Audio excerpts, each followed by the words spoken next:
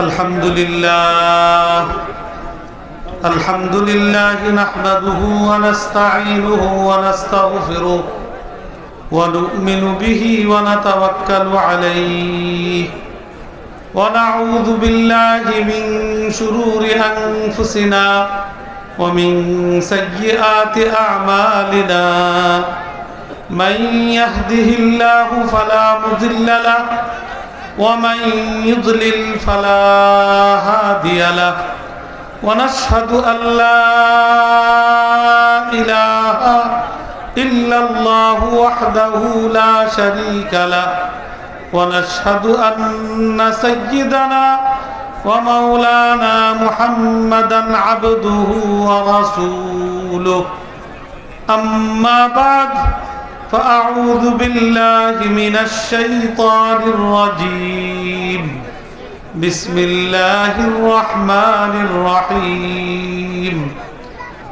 ألف لام را كتاب أنزلناه إليك لتخرج الناس من الظلمات إلى النور وقال رسول الله صلى الله عليه وسلم إن هذه القلوب تصدأ كما يصدأ الحديد إذا أصابه الماء قيل يا رسول الله وما جلاؤها قال كثرة ذكر الموت وتلاوة القرآن أو كما قال عليه الصلاة والسلام سبحانك لا علم لنا إلا ما علمتنا إنك أنت العليم الحكيم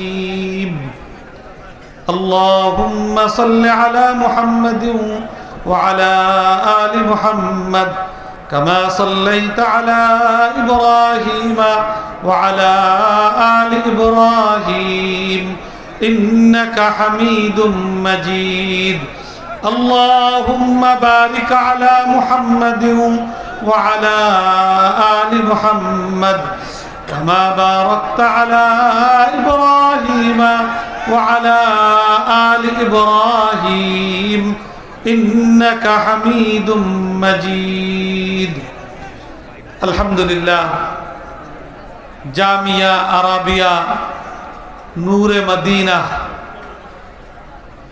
এই প্রতিষ্ঠান তার এক যুগ পূর্ণ করে দ্বিতীয় যুগের সূচনা করেছে, দ্বিতীয় যুগে পদার্পণ করেছে।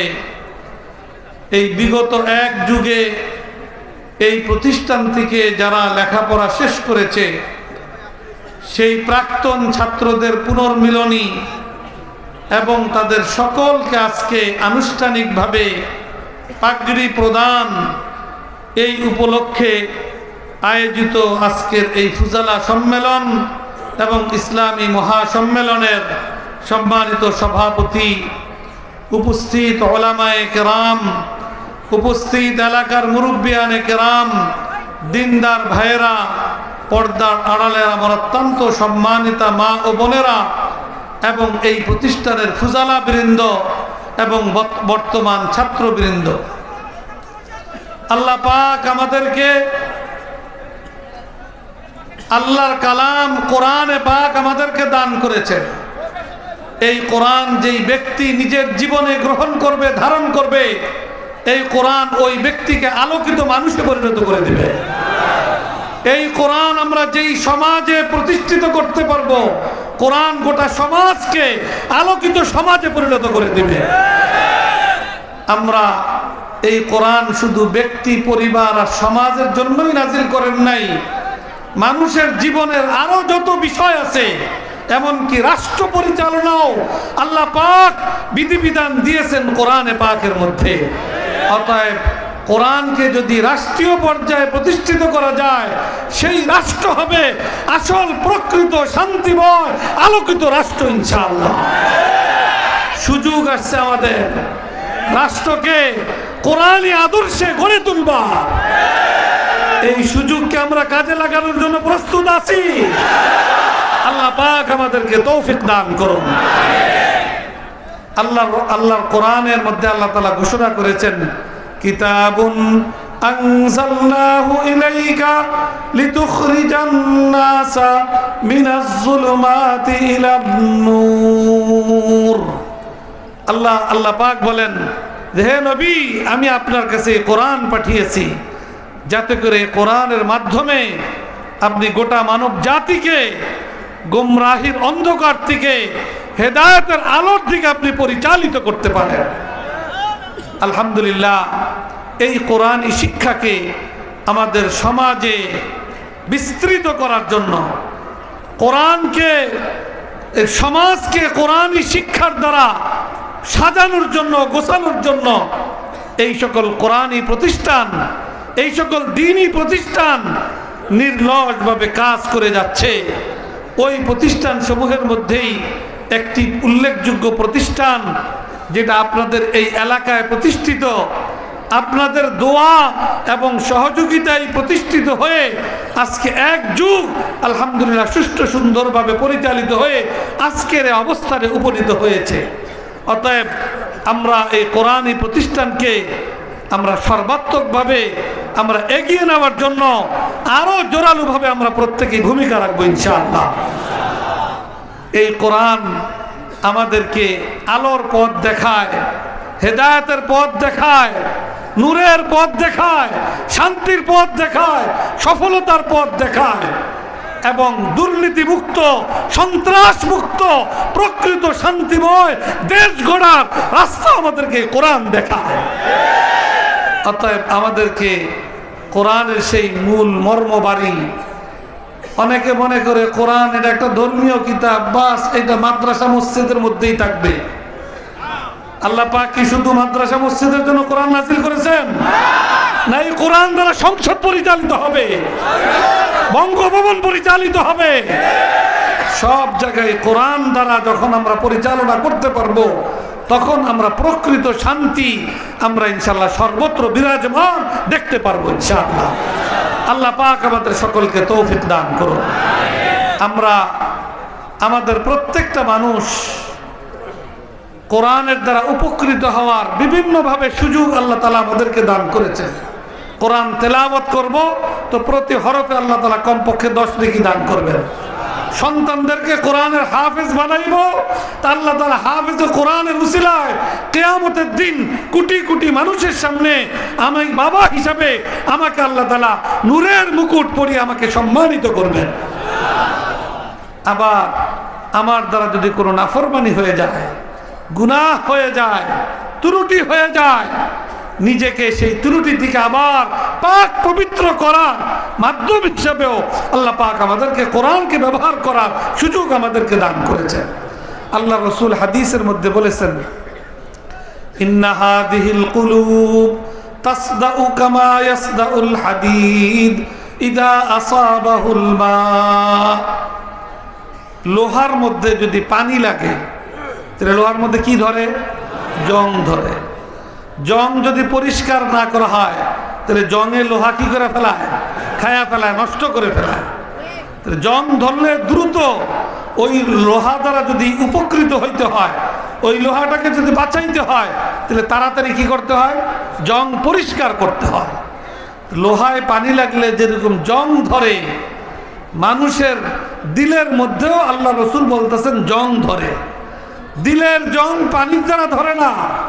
অন্য হাদিসের দ্বারা বোঝা যায় যে মানুষের দ্বারা যখন নাফরমানি হয়ে যায়, আল্লাহর হুকুমের বিরুদ্ধাচরণ হয়ে যায়, তখন দিলের মধ্যে জং পড়ে। তো সাহাবায়ে কেরাম আল্লাহ রসুলের কাছে জিজ্ঞেস করছেন যে ইয়া রাসূলুল্লাহ, লোহার জং দূর করার পদ্ধতি তো আমাদের জানা আছে, কিন্তু দিলের জং দূর করার পদ্ধতি তো আমাদের জানা নাই। আমাদের দিলের মধ্যে যদি জং পড়ে, সেই জং আমরা কিসের দ্বারা দূর করব? রসুল পাক সাল্লাল্লাহু আলাইহি ওয়াসাল্লাম দুইটা মাধ্যম আল্লাহ রসুল আমাদেরকে বাতাইছেন। সাহাবায়ে কেরামকে জবাবে বলেছেন, কাসরাতু যিকরিল মাউত ওয়া তিলাওয়াতুল কুরআন। গুনাহের দ্বারা যদি কারো দিলের মধ্যে জং পড়ে যায়, তাইলে দুইটা আমল আছে যে আমল করলে সওয়াবও হবে, ফায়দাও আছে আর অনেক। এছাড়া একটা গুরুত্বপূর্ণ ফায়দা হলো গুনাহের কারণে দিলের মধ্যে যে জং পড়ছে, ওই দুই আমলের দ্বারা আল্লাহ তাআলা দিলের জং আল্লাহ তাআলা দূর করে দিলকে আবার পবিত্র বানিয়ে দেন। তার মধ্যে এক নম্বর হলো মৃত্যুকে স্মরণ করা। আমাদের সবাইকে মরতে হবে, এই কথাটা আমি যখন স্মরণ করব, একদিকে আমার আমলকে সুন্দর করা, শুধরানো, এই দিকে আমার মনোযোগ বাড়বে। আরেক দিকে এই স্মরণের দ্বারা আল্লাহ পাক আমার দিলের গুনার জংও দূর করে দিবেন। দ্বিতীয় আরেকটা হলো তেলাওয়াতুল কোরআন। কোরআন শরীফ যদি তেলাওয়াত করা হয়, একদিকে প্রতি হরফে আল্লাহ তাআলা 10 নেকি দান করবেন, আরেক দিকে কোরআনের তেলাওয়াতের মাধ্যমে গুনাহের দ্বারা দিলের মধ্যে যে জং পড়ছে, সেই জংও আল্লাহ তাআলা দূর করে দিবেন। অতএব আমাদের এই সমাজটাকে যদি পাপ মুক্ত পবিত্র সমাজ বানাতে হয়, একদিকে কোরআন এই সমাজে ব্যাপকভাবে সর্বত্র এটাকে ছড়িয়ে দেওয়া, সর্বত্র কোরআনের বিধানকে জারি করা, বাস্তবায়ন করা, আরেকদিকে কোরআনের তেলাওয়াত গোটা মুসলিম জাতির মধ্যে ব্যাপক থেকে ব্যাপকতর করার উদ্যোগ গ্রহণ করা, এটা আমাদের জন্য জরুরি। তেলাওয়াত করতে হলে, কোরআন পড়তে হলে আগে তো পারতে হবে নাকি? যে কোরআন পড়তে পারে না, পারেই না, সে কি পড়তে পারবে? এই সমাজে আমাদের অনেক নামধারী মুসলমান আছে যারা নিজেদেরকে মুসলমান বলে দাবি করে, কিন্তু আল্লাহর কালাম কোরআনটা পড়তেও পারে না। তাহলে সে কি আসলে মুসলমান হওয়ার যোগ্য? যোগ্যতা অর্জন করতে হলে 1 নম্বর শর্ত হলো আল্লাহর কালাম কোরআনে পাকের সাথে আমার সম্পর্ক জুড়তে হবে, আর নাইলে আমি প্রকৃত মুসলমান হিসাবে আল্লাহর কাছে স্বীকৃতি পাওয়ার যোগ্য হব না। অতএব আজকের এই কোরআনী মাহফিল থেকে, এই জামিয়া আরাবিয়া নূরে মদিনা এই প্রতিষ্ঠানের এই ইসলামী মহাসম্মেলন থেকে আমরা অঙ্গীকারাবদ্ধ হই যে আমরা নিজেরা আগে কোরআনে পাক সহিশুদ্ধভাবে পড়ার যোগ্যতা অর্জন করব। নিয়মিত আল্লাহর কোরআন তেলাওয়াতের মাধ্যমে আল্লাহর রহমতের ভাগীদার হব। কোনো ত্রুটি বিচ্যুতি হয়ে গেলে কোরআন তেলাওয়াতের মাধ্যমে আমার দিলকে পাক পবিত্র বানাবো। আর পাশাপাশি কোরআন শুধু পড়ার জন্য নয়, কোরআনের বিধান জীবনের সর্বত্র বাস্তবায়নের মাধ্যমে প্রকৃত আল্লাহর বান্দা হিসাবে নিজেকে চালানো, পরিবার, সমাজ, রাষ্ট্রকে পরিচালনা করা, এই জন্য আল্লাহ পাক কোরআন দিয়েছেন। অতএব এই সবটার জন্য আমরা প্রস্তুত হই। আল্লাহ তাআলা সুযোগ যতটুকু দিয়েছেন সেই সুযোগকে কাজে লাগিয়ে কোরআনের এই যেই মর্ম, এটাকে আমরা এগিয়ে নেওয়ার জন্য সবাই ইনশাআল্লাহ অঙ্গীকারাবদ্ধ হই। কি বলেন ইনশাআল্লাহ? সকলে রাজি আছি তো ইনশাআল্লাহ? আল্লাহ পাক আমাদের সকলকে তৌফিক দান করুন। আমরা এই কোরআনী প্রতিষ্ঠানের ফসল, যাদের মাথায় আজকে আমরা এখানে পাগড়ি পরালাম, আমাদের সকলের কর্তব্য তাদের জন্য দোয়া করা, যে আল্লাহ পাক তাদের সিনার মধ্যে কোরআন, কোরআনের ইলম, কোরআনের নূর আল্লাহ তাআলা যে দান করেছেন, এটা যেন তারা আজীবন এটাকে হেফাজত করতে পারে, এবং এই কোরআনের ইলম এবং কোরআনের নূরের যে হক তাদের উপরে বর্তায়, সেই হক যেন তারা আদায় করতে পারে। কোরআনের পথ থেকে কোরআন হাসিল করার পর যেন কেউ যেন বিচ্যুত না হয়। ওয়ারিসে নবী হিসাবে তাদের উপরে যে জিম্মাদারি, আল্লাহ পাক প্রত্যেককেই সেই জিম্মাদারি যথাযথভাবে পালন করবার তাদেরকে আল্লাহ তাআলা তৌফিক দান করুন। তারা যদি দায়িত্ব পালন করে, আমরা যারা মাদ্রাসা প্রতিষ্ঠা এবং পরিচালনায় সহযোগিতা করছি, ভূমিকা পালন করছি, তাদের দায়িত্ব পালনের মধ্য দিয়ে আমরাও বিরাট সওয়াবের ভাগীদার হয়ে যাব ইনশাআল্লাহ। এজন্য আমরা আমাদের স্বার্থেই তাদের জন্য দোয়া করা, তাদের পথ যেন চলা মসৃণ হয়, তারা যেন সঠিক পথে বাকি জিন্দেগি কাটাইতে পারে, তারা যেন ওয়ারিসে নবী হিসাবে দায়িত্ব পালন করতে পারে, যারা যেন কোরআনের ধারক বাহক হিসাবে কোরআনের মর্যাদা রক্ষা করতে পারে, কোরআনকে সমাজে আরো ব্যাপকভাবে ছড়িয়ে দেওয়ার জিম্মাদারি যেন তারা পালন করতে পারে। আল্লাহ পাক তাদের সকলকে সেই তৌফিক দান করুন।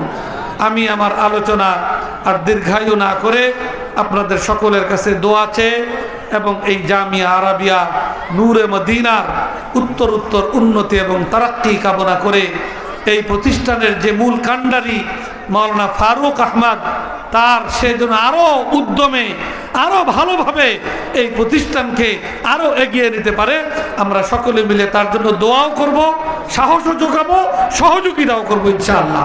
আল্লাহ পাক আমাদেরকে তৌফিক দান করুন। আমিন। ওয়া আখিরু দাওয়ানা আনিল হামদুলিল্লাহি রাব্বিল আলামিন।